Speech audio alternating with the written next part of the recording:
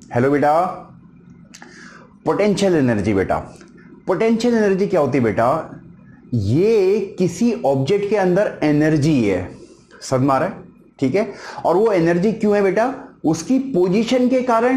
Position मतलब वो कहीं पे है, जैसे मान लिए ये कोई हाइट है, इस हाइट पे मैंने एक पत्थर रख दिया, यहां पे देखो, तो पोजीशन, उसकी पोजीशन, यही पत्थर अगर यहां पे रहता तो उसकी एनर्जी जीरो हो जाती, बट इसकी पोजीशन चेंज कर दी, यानी इसकी लोकेशन हमने चेंज कर दी। ठीक है, अब इसमें एनर्जी आ गई इसकी पोजीशन चेंज करने के कारण, समझ में आ रहा है?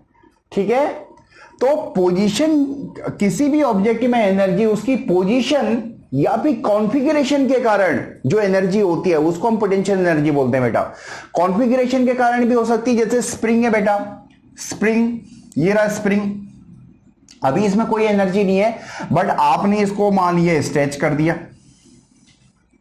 स्ट्रेच कर दिया, या फिर आपने इसको कंप्रेस कर दिया बेटा।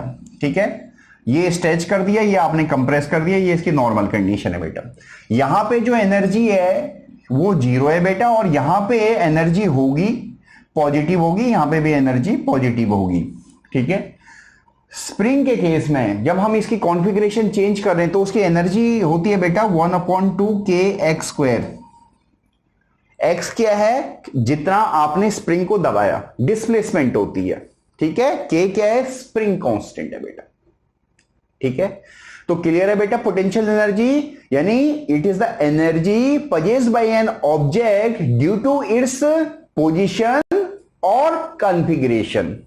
ठीक है, पोजीशन या कॉन्फ़िगरेशन के कारण उसमें क्या एनर्जी है उसको पोटेंशियल एनर्जी बोलते हैं बेटा। जैसा कि मैंने बोला, एक सिंपल समझा रहे हैं, ये मान लिया स्टोन है और इस स्टोन को मैंने हाइट h पे रख दिया बेटा।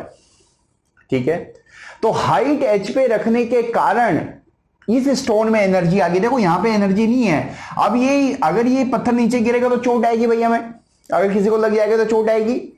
ठीक है, यानी इसमें एनर्जी आ चुकी है। ठीक है, तो एनर्जी क्यों आई बेटा? इसकी पोजीशन के कारण, क्योंकि अब ये ऊपर चला गया, समझ में आ रहा है? या फिर कॉन्फ़िगरेशन के कारण आती है, जैसे स्प्रिंग है, स्प्रिंग की आपने कॉन्फ़िगरेशन चेंज कर दी, उसमें एनर्जी आ गई। ठीक है, तो वो एनर्जी कैसी है बेटा? पोटेंशियल एनर्जी है। ठीक है, तो पोटेंशियल एनर्जी की डेफिनेशन बहुत क्लियर होनी चाहिए आपको कि it is the energy possessed by an object due to its configuration और पोजीशन बेटा। ठीक है, और क्योंकि potential energy it is a form of energy, तो एनर्जी की जो एसआई यूनिट होती है बेटा वो तो जूल ही होती है ना, तो वो तो जूल है, सिंपल। ठीक है, और इस केस में एनर्जी होती है बेटा, अगर ग्रेविटी के अगेंस्ट हम ऊपर जा रहे हैं तो एनर्जी हमारे पास होती है mgh, ये होती है बेटा। ठीक है, क्लियर है? तो ये भी वर्क डन है, ग्रेविटी के अगेंस्ट जो हमने वर्क डन किया वो एनर्जी में चलेगी।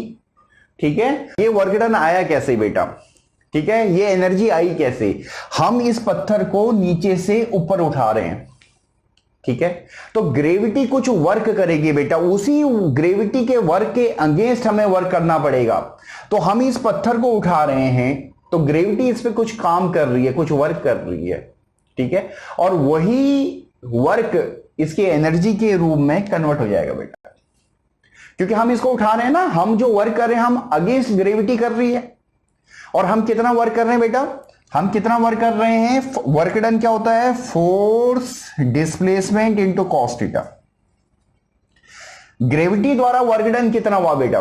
ग्रेविटी नीचे को फोर्स लगा रही है, यानी अभी तो mg बोल लो। डिस्प्लेसमेंट कितना बेटा? h है, और एंगल कितना होगा बेटा? 180 डिग्री, क्योंकि ग्रेविटी नीचे को फोर्स लगा रही है, डिस्प्लेसमेंट ऊपर को हो रही है। तो हमारे पास वर्क डन हो गया बेटा -mgh। ये ग्रेविटी ने वर्क डन किया। हमें इस पत्थर को यहां पहुंचाने के लिए हमें इतना ही वर्क डन करना पड़ा होगा, क्योंकि ग्रेविटी के अगेंस्ट तो हम उसको पहुंचा रहे हैं ऊपर। ठीक है, तो जो हमने वर्क डन किया mgh, वही वर्क डन उसकी एनर्जी के रूप में चला गया बेटा।